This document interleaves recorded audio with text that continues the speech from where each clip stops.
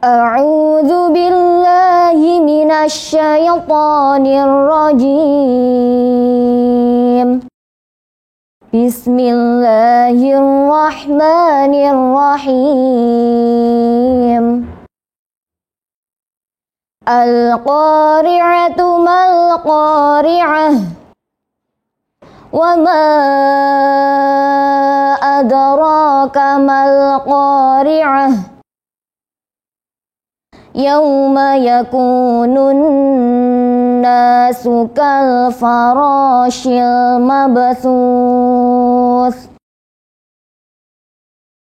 wa takunul jibalu kal ihnil manfush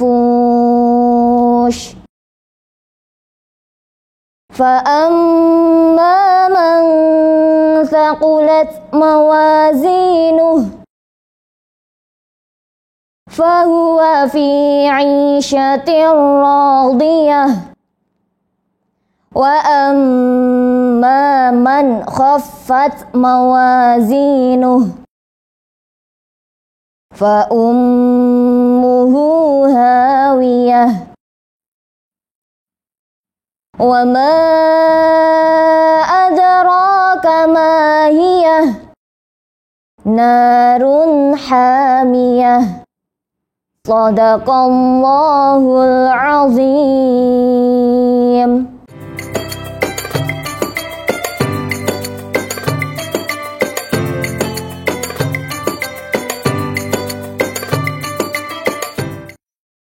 Bismillahirrahmanirrahim. Assalamualaikum warahmatullahi wabarakatuh. Innal hamdalillah nahmaduhu wa nastaghfiruhu wa na'udzu billahi min syururi anfusina may yahdihillahu fala mudhillalah.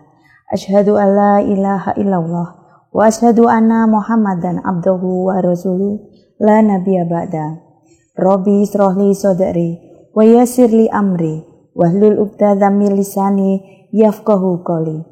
Segala puji bagi Allah yang telah melimpahkan beribu rahmat hidayah kepada kita, sehingga pada kali ini kita bertemu kembali dalam nikmat yang terbesar, nikmat iman, Islam, ihsan pada diri kita. Anak-anakku yang sangat luar biasa, yang dirahmati Allah, alhamdulillah pada hari ini kita bertemu kembali di bulan Ramadan, hari yang ke-24. Bagaimana kabar anak-anak semua? Semoga senantiasa sehat dan senantiasa semangat untuk menjalankan ibadah di bulan Ramadan. Anak-anak yang sangat Ibu banggakan dan dimuliakan oleh Allah. Pada kesempatan kali ini, kita di majelis ilmu akan mempelajari tentang kisah teladan orang yang menghormati guru. Nah, siapa guru itu? Guru adalah seorang yang memberikan ilmu, yang dengan ikhlas mendidik dan membimbing kita untuk kemajuan kita. Siapakah guru? Apakah guru itu yang hanya ada di sekolahan? Tidak. Guru itu bisa siapa saja. Bisa orang tua kita, guru yang ada di sekolah, ataupun orang-orang yang memberikan kita pendidikan, yang memberikan ilmu. Itu adalah seorang guru. Kita bisa belajar kepada Imam Syafi'i. Imam Syafi'i adalah seorang ulama besar di dalam Islam. Alkisah, pada suatu hari Imam Syafi'i bertemu dengan seorang laki-laki tua. Imam Syafi'i kemudian mencium tangan beliau. Dengan rasa hormat, beliau mencium tangan dan takdim kepada beliau. Murid-muridnya, Imam Syafi'i melihat beliau mencium seorang yang tua renta. Kemudian muridnya bertanya, "Wahai Imam Syafi'i, kenapa engkau mencium orang seperti itu? Padahal banyak ulama yang lebih besar, lebih tersohor, tetapi kenapa engkau ya Imam Syafi'i mencium orang seperti itu?" Kemudian apa jawab Imam Syafi'i? Dia adalah guruku. Murid-muridnya bertambah heran. Bagaimana seorang yang tua itu menjadi guru ulama besar Imam Syafi'i? Kemudian Imam Syafi'i menjelaskan bahwasanya orang yang tua renta itu pernah menjadi gurunya. Suatu saat Imam Syafi'i bertanya kepada beliau, bagaimana cara membedakan seekor anjing dewasa dan seekor anjing yang belum dewasa? Kemudian seorang yang tua renta itu menjelaskan bahwasanya anjing yang sudah dewasa bila kencing dia akan mengangkat kakinya. Masya Allah, meskipun ilmu yang diberikan itu dianggap remeh oleh murid-muridnya, tapi Imam Syafi'i sangat menghormati ilmu, apalagi menghormati guru yang sudah tua renta. Bagi Imam Syafi'i, siapapun orang yang memberikan ilmu, siapapun yang mengajari beliau, dia akan senantiasa menghormati, memberi takzim, dan mencium tangan beliau. Nah, itu anak-anak, bagaimana cara Imam Syafi'i menghormati gurunya. Meskipun ilmu yang diberikan itu sangat sedikit, ilmu yang diberikan itu sangat kecil, tapi subhanallah, Imam Syafi'i masih menghormati beliau. Kita menghormati guru kita sampai kita nanti ajal menjemputnya. Kemudian anak-anakku, setelah kisah yang pertama, bagaimana Imam Syafi'i memuliakan gurunya, ada kisah selanjutnya, yaitu kisah Khalifah Ali bin Abi Thalib. Ali bin Abi Thalib ini juga tidak kalah luar biasanya dalam menghormati guru. Khalifah Ali bin Abi Thalib ini menganggap dirinya itu adalah sebagai budak dan tuannya adalah seorang guru.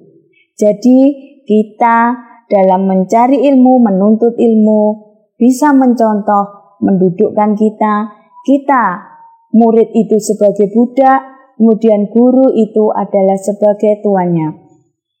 Budak dengan tuannya memang harus menuruti perintahnya. Akan dijual, akan dimerdekakan, atau akan tetap menjadi hamba. Itu harus seorang budak menurut.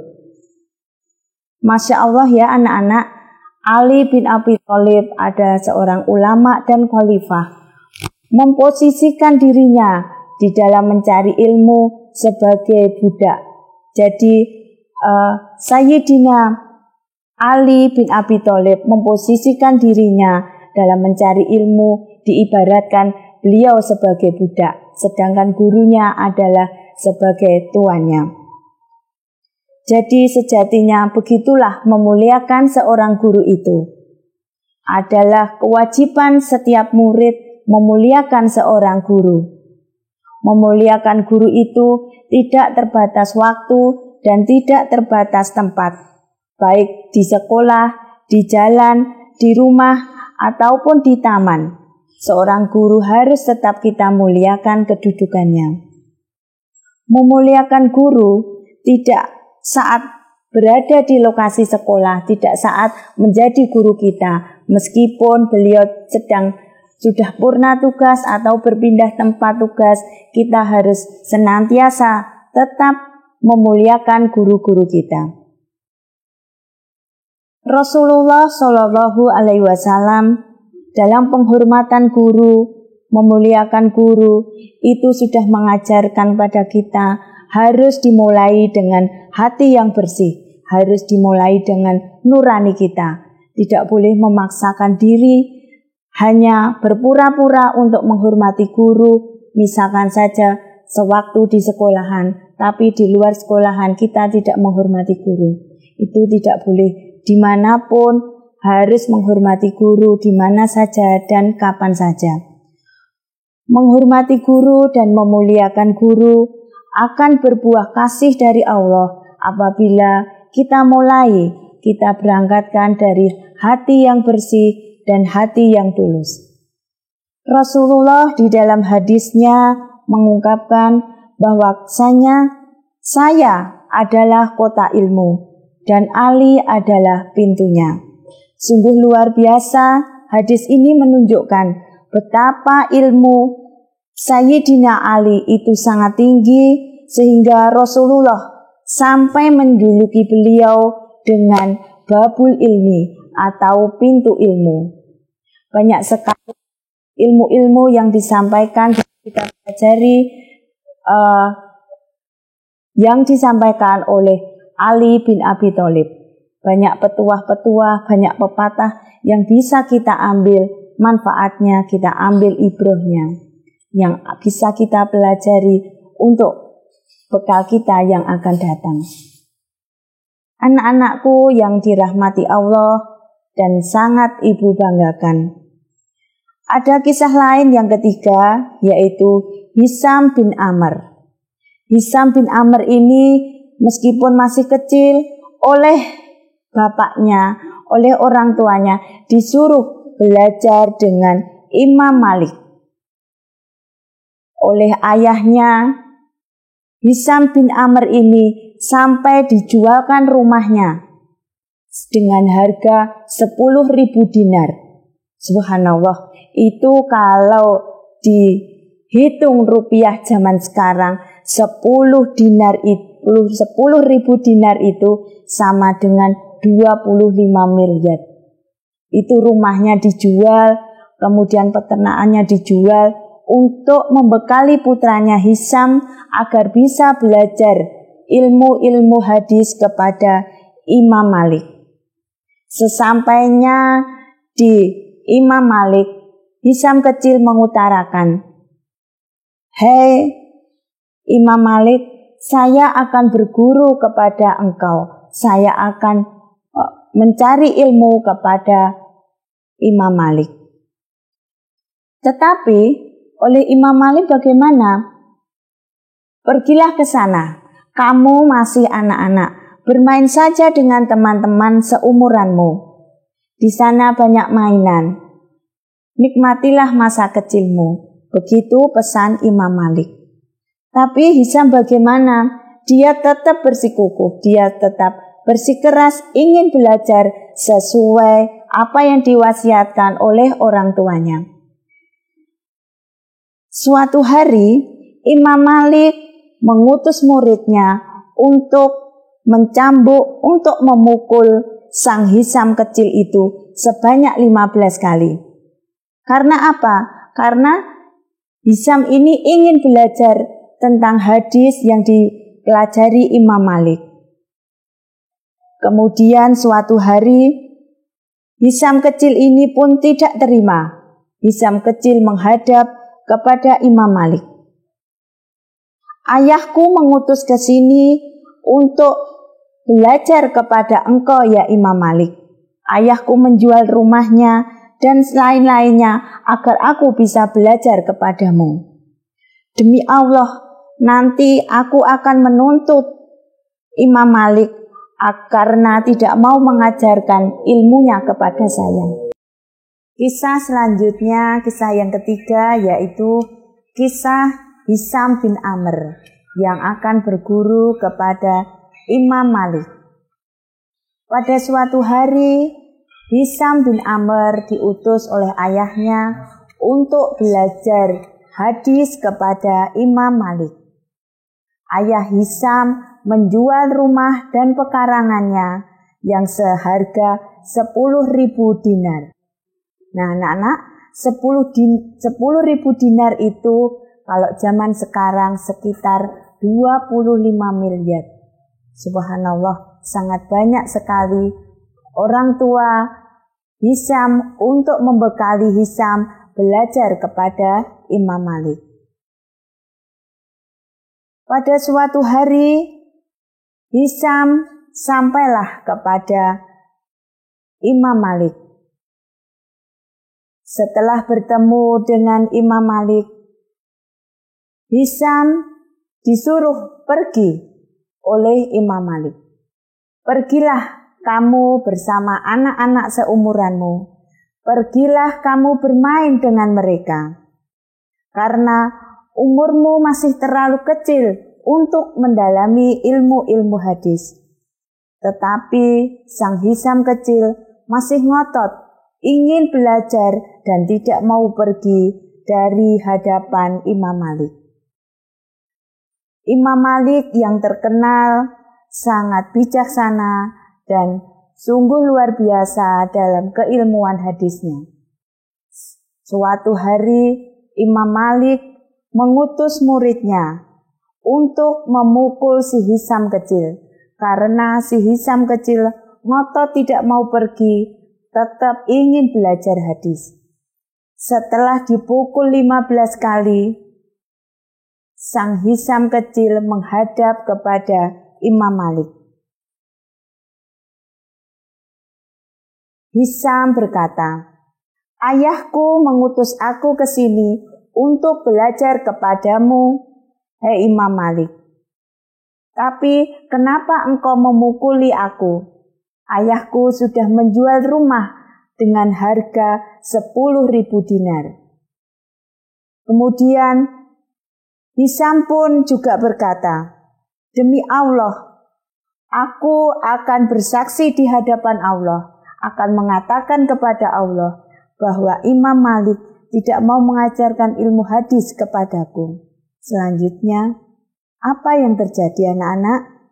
Imam Malik menyadari dan Imam Malik memahami bahwa si Hisam kecil ini tidak seperti anak-anak kecil seumurannya. Kemudian Imam Malik menyadari, kemudian berkata, "Hai Hisam, bagaimana caraku menebus kesalahanku kepadamu?" Hisam kecil pun memberanikan diri. "Kalau begitu, tebus saja satu pukulan dengan aku diberikan 1 buah hadis." Sungguh luar biasa anak-anak. Setelah dipukul pun, Hisam malah minta ganti 1 buah hadis. Demikian juga sampai pukulan 15, Sang Hisam kecil minta diajari Imam Malik untuk mendapatkan 15 hadis. Alhamdulillah, setelah 15 hadis, Hisam masih merasa kurang, ingin belajar terus tentang hadis itu kepada Imam Malik. Hisam berkata kepada Imam Malik, pukullah aku lagi dengan sebanyak-banyaknya. Kemudian tebuslah aku dengan hadis sesuai yang engkau pukulkan kepadaku." Sungguh luar biasa anak-anak, bagaimana kegigihan Hisam untuk mencari ilmu kepada Imam Malik sampai rela dia dipukul. Setelah dipukul pun sudah ditebus, Hisam kecil pun ingin dipukul lagi. Dengan harapan apa anak-anak? Dengan harapan mendapatkan ilmu hadis yang sungguh luar biasa dari imam besar Imam Malik itu. Nah anak-anakku, demikianlah kisah bagaimana mencari ilmu, bagaimana menghormati guru. Hisam kecil sangat menghormati Imam Malik dengan agar bisa menjadi muridnya rela dipukul dan rela mengeluarkan biaya yang sangat luar biasa. Dari ketiga kisah itu bisa kita ambil pelajaran akhlak yang bisa kita terapkan kepada guru-guru kita, yaitu kita harus senantiasa berkata lembah lembut kepada guru. Kemudian yang kedua, mendengarkan nasihat dan mentaati semua larangannya. Kita tidak boleh membantah nasihat guru kita. Kita harus sami'na wa ata'na. Kemudian kita mencium tangan, memberi hormat kepada guru, kepada mereka yang telah membimbing kita, yang telah mendidik kita. Kemudian jangan lupa kita menghormati, menyayangi, serta mengucapkan terima kasih kepada beliau. Anak-anakku yang sangat kami banggakan, hikmah menghormati guru itu sangat luar biasa. Menghormati dan memuliakan guru kita adalah perbuatan yang sangat mulia, agar Allah senantiasa memuliakan kita dan juga ilmu akan menjadi berkah. Nah, anak-anakku yang berbahagia, itulah yang bisa Ibu sampaikan dalam orang yang menghargai dan menghormati guru. Semoga bermanfaat. Masih ada 6 hari di bulan Ramadan ini. Mari kita isi dengan beribadah, dengan semangat belajar yang tinggi. Semoga kita mendapatkan berkah bulan Ramadan, mendapatkan maghfirah di bulan Ramadan, dan semoga kita terbebas dari siksa api neraka. Dan insya Allah semoga kita menjadi orang-orang yang bertakwa. Al-haqqu mirabbika fala tuqaminana mintarin. Wassalamualaikum warahmatullahi wabarakatuh.